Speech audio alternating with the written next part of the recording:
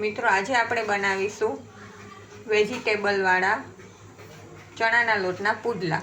એના માટે આપણે જોઈશે 1 નંગ ડુંગળી છે, ટમેટું છે, લસણ છે, લીલા મરચાં છે, કોથમીર, અજમો, મીઠું, હળદર, જીરું, લાલ મરચું, ધાણા જીરું અને હિંગ છે।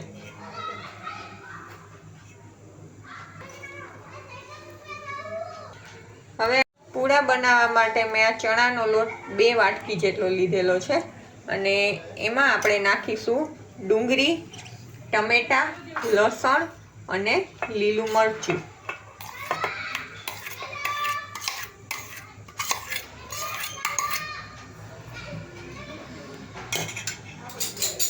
હવે નાખીશું આપણે લાલ મરચું, આવતી જતી હિંગ, થોડું ધાણા જીરું, થોડી હળદર, સ્વાદ અનુસાર આપણે મીઠું નાખીશું, થોડો અજમો નાખીશું અને થોડી કોથમીર નાખીશું। હવે આપણે એમાં પાણી નાખીને હલાવતા જઈશું। ચણાના લોટમાં પાણી થોડું ઓછું જોઈએ, એટલે જે મુજબ આપણે પાણી જોઈએ એ મુજબ આપણે પાણી ઉમેરતા જવાનું। અને આ ચણાના લોટને છે ને મેં એકદમ હલાવતા રહેવાનું, એટલે ગાંઠા ન રહે। અને મેં આને છે ને ચારીને ઉમેરેલો છે, એટલે શું કે ગાંઠા ન રહે।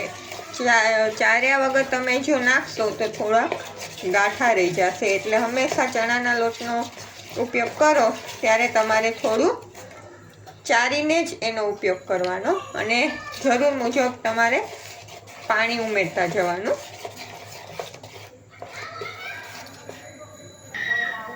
હવે તમે જોઈ શકો છો કે આપણે આના પુડલાની કન્સિસ્ટન્સી આવી રાખવાની છે, એટલે તમારે એકદમ સરસ પ્રમાણમાં પૂડા ઉતરે।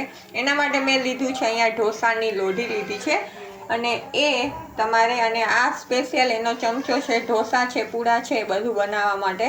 તો હવે આપણે આ ઢોસાની લોઢી આપણી ગરમ થઈ ગઈ છે, એમાં આપણે પહેલાં તો લોઢીમાં આપણે તેલ લગાડીશું અને પછી આપણે આ ચમચાની મદદથી આવી રીતે લોઢીમાં આપણે પાથરીશું। તમે એને નાની મોટી કોઈ બી સાઈઝમાં ઉતારી શકો છો। હું આ આજે નાની સાઈઝમાં ઉતારું છું। ફરતે ફરી થોડા પ્રમાણમાં તેલ લગાડવાનું અને એને મીડિયમ કરતાં થોડું મીડિયમ ગેસ ઉપર થવા દેવાનું। હવે તમે જોઈ શકો છો કે તવીથાની મદદથી હું આ પહેલો ભાગ ઉથલાવું છું।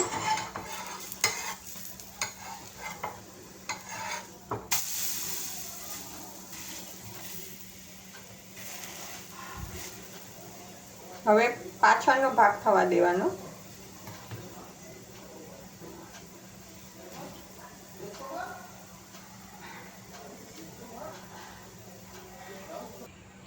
હવે ફ્રેન્ડ્સ તમે જોઈ શકો છો કે આપણા પૂડા બનીને રેડી છે, અને હવે આપણે સર્વિંગ બાઉલમાં આપણે દહીં લીધેલું છે, સોસ લીધેલો છે અને લીલા મરચાં લીધેલા છે।